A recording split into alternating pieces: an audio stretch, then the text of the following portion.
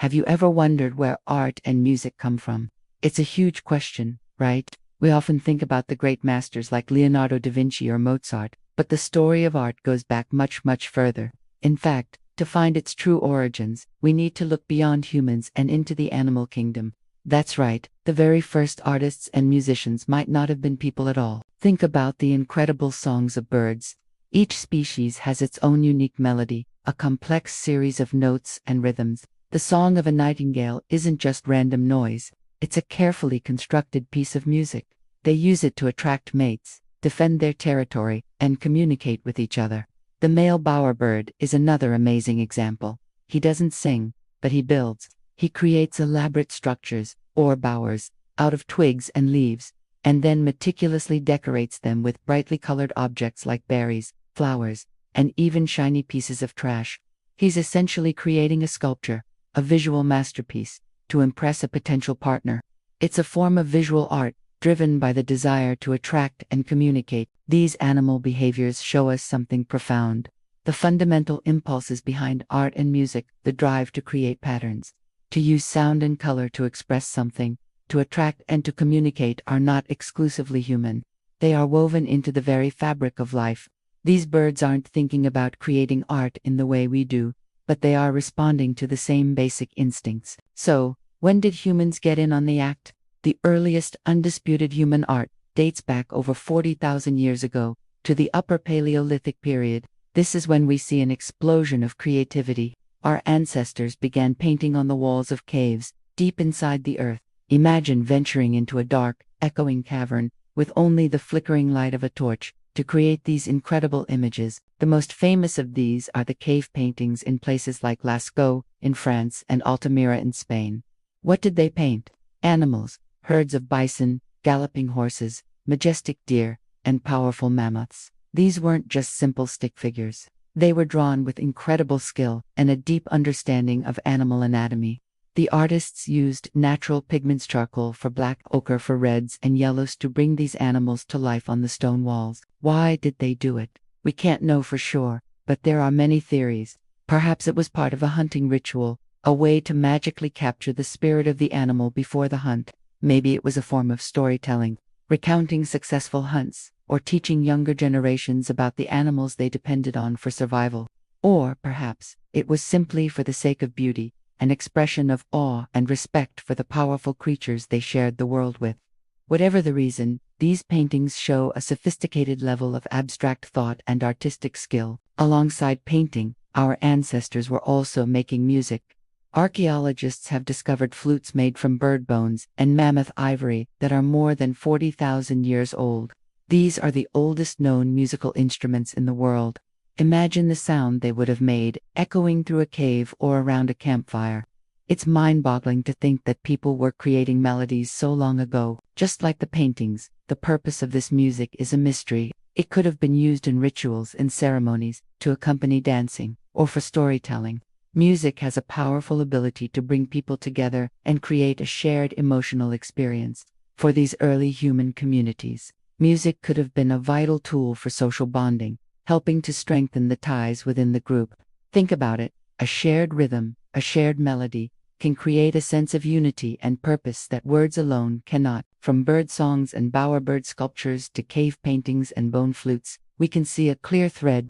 The drive to create, to communicate through sound and image, is ancient and deeply ingrained. The animal kingdom provided the blueprint, the raw impulse. Early humans then took that impulse and refined it, adding layers of meaning, symbolism, and community. The art and music of our earliest ancestors were not just decorations. They were tools for survival, for communication, for understanding their world, and for connecting with each other. They were a way of making sense of the mysteries of life and expressing their place within the vast, wild world. This fundamental connection to the natural world, and to the animals within it, laid the groundwork for everything that was to come. As human societies grew and changed, so too did their art and music. From the ritualistic art of early hunter-gatherers, we move into a new era with the dawn of agriculture and the rise of the first civilizations. The focus of art began to shift, reflecting a new way of life and a new relationship with the world.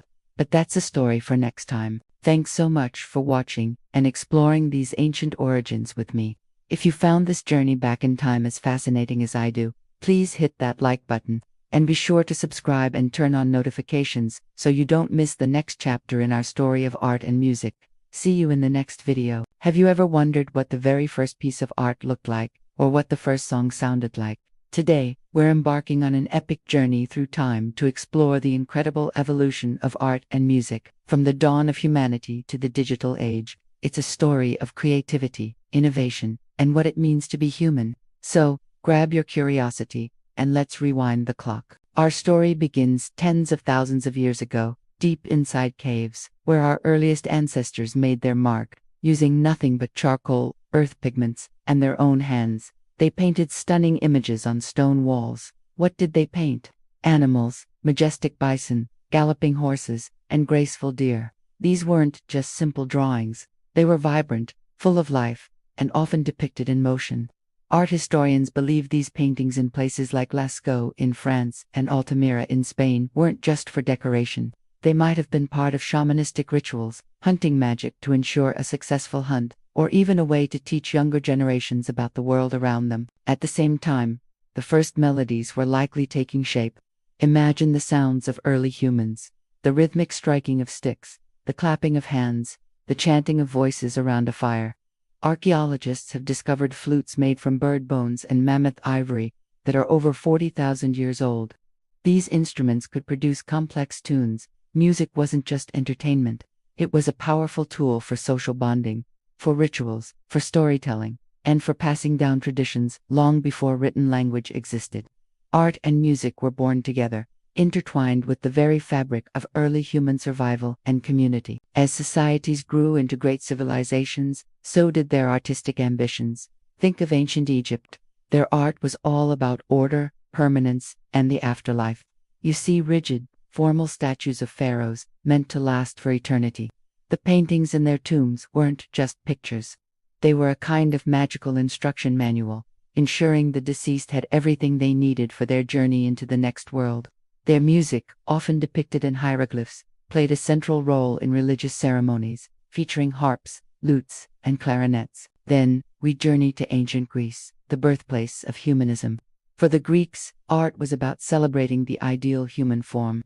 Their sculptures, like the Discobolus or the Venus de Milo, are masterpieces of balance, harmony, and anatomical perfection. They weren't just depicting gods, they were elevating humanity itself to a divine level. Greek music was just as sophisticated. They developed a complex system of modes, different scales that were believed to evoke specific emotions. Philosophers like Plato and Aristotle wrote extensively about the power of music to shape character and influence the soul. Art and music were no longer just for ritual. They were tools for philosophy and civic virtue. The Roman Empire inherited much from the Greeks, but added its own practical spin. Roman art was more realistic, more grounded. They excelled at portrait busts that captured the unique character and even the flaws of their subjects, from wise emperors to wealthy merchants. They were masters of large-scale architecture, like the Colosseum, and intricate mosaics that decorated the floors of villas.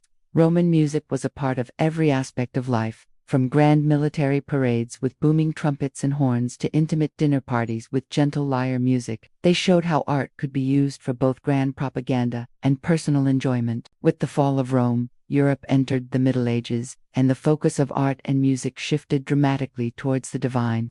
The Catholic Church became the primary patron of the arts. Majestic Gothic cathedrals soared towards the heavens, their stained glass windows telling biblical stories in radiant color to a largely illiterate population. Music was dominated by the sacred, ethereal sound of Gregorian chant, a single, unaccompanied vocal line meant to elevate the spirit and focus the mind on prayer. For 1,000 years, the goal of art and music was not to replicate the world, but to offer a glimpse of heaven. Then, a great awakening happened, the Renaissance. A rebirth of classical Greek and Roman ideals swept across Europe. Artists like Leonardo da Vinci and Michelangelo brought a new level of realism, scientific understanding, and human emotion to their work. Da Vinci's Mona Lisa is famous not just for her smile, but for the psychological depth it suggests. Michelangelo's David is not just a perfect statue, it's a powerful symbol of human potential. In music, This era saw the rise of polyphony, intricate compositions with multiple interwoven vocal parts created by masters like Palestrina. Music became richer, more complex, and more expressive of human feeling, not just divine worship. The centuries that followed were a whirlwind of styles. The Baroque period gave us the drama and emotion of Caravaggio's paintings and the elaborate, genius compositions of Johann Sebastian Bach. The Classical period, with Mozart and Haydn, championed elegance, balance, and clarity. Then came Romanticism, where artists and composers like Turner, Beethoven, and Chopin unleashed a torrent of personal emotion, celebrating nature, the individual, and the sublime. Art and music became a vehicle for intense personal expression. The turn of the 20th century shattered all the old rules. The invention of the camera challenged painters to do something new. Why paint a perfect portrait when a photograph could do it in a second? This led to an explosion of isms. Impressionism, with Monet, captured the fleeting effects of light. Cubism, with Picasso, broke down objects into geometric forms, showing them from multiple viewpoints at once. Abstract art, with Kandinsky, abandoned representation altogether to express pure emotion through color and form. Music underwent a similar revolution. Composers like Stravinsky shocked audiences with dissonant chords and jarring rhythms. Schoenberg abandoned traditional harmony entirely with his 12-tone system. Then, a new sound, born in the American